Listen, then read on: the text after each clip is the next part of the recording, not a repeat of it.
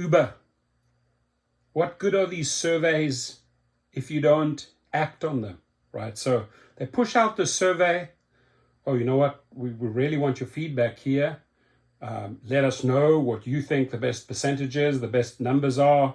And but one second. Let's read the fine print first. Uber, participation in this survey is voluntary, goes without say, right? We will not share your individual responses outside of Uber, though we may use your, see, they don't say we will, though we may use your responses internally to better understand our users and improve the Uber experience. That's the, maybe is the weakest word out there. But this is legal language like, oh, you know what? Here's a survey. We showing that we care about you, but we may use this feedback. We're not quite sure. We may do it, right? It is just, it's not even lukewarm. It's ice cold, my friends. It's basically legal language to say we don't care an F-U-C-K what feedback you give us because we're not going to use it anyway. That's Uber language, right? So your responses will be treated according to our privacy notice. So I understand how Uber's service fee works, right? And feel free to put your answers underneath. Apparently everybody got this because I had a lot of people emailing me and texting me. Did you see the survey? Did you see the survey? Yes, I saw the survey. I got it as well. I understand how Uber's service fee works. Somewhat disagree here. That's what the person put in. How much of the rider price as a percentage would you estimate Uber typically receives in service fees?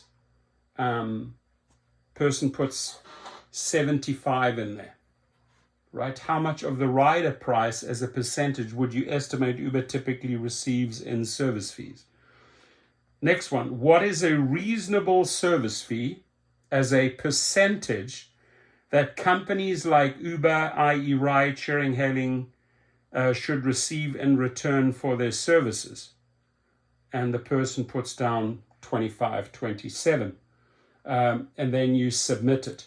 But I really want to go back to this one word here, right? And here it is. Though we may use your responses internally to better understand our users and improve the Uber experience. If they really cared, they say, we will be using your responses internally to better understand our users and improve the Uber experience. So this to me is just pretending, hey, we care, we listening, we want your feedback. Your feedback is important.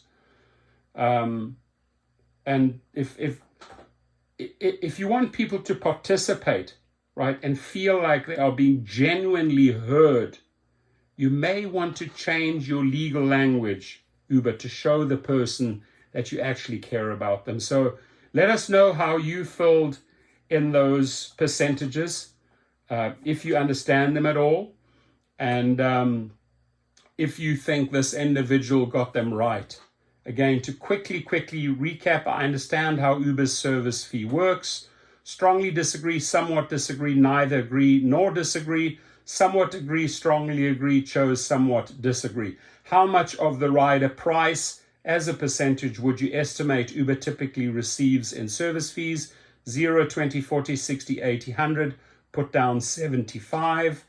And then what is a reasonable service fee as a percentage that companies like Uber, i.e. ride sharing, ride hailing, should receive in return for their services? 0, 20, 40, 60, 80, 100, put down 27, like 25, and then bam, submit.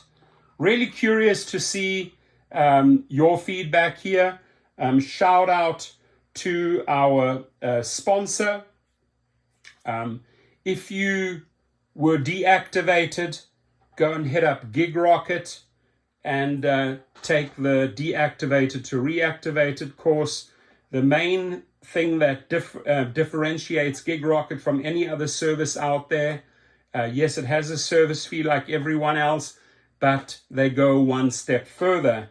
They get the legal paperwork ready for you so you can sue for your lost earnings. Remember, you're losing money every single day, right? So there's an average weekly earning that you are missing out on. And now the question is, how many weeks, how many months have you been on off the platform?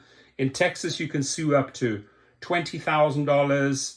In Philly, for example, up to $12,000. In California, LA, San Francisco, San Diego, up to $10,000. That's money, right? That's money that you need to go after. Why? Because they wrongfully deactivate you. It's costing you, right? It's costing you big time. So check it out. The links are below. And again, if you would be so kind and just answer those questions. And I'm just disappointed, Uber, that your language is just absolutely not convincing. It's not even lukewarm. It is absolutely not convincing one bit that you care about the feedback that the driver gives you. Please be safe out there, my friends. Remember, July 3, 4, and 5. That's the day before 4th of July, Independence Day, the 4th, Independence Day, and the 5th, the day after. 3 days, if you can, switch off your apps as much as possible. We demand higher pay. We demand better safety. So take a stand on those 3 days. Thank you, and be safe out there.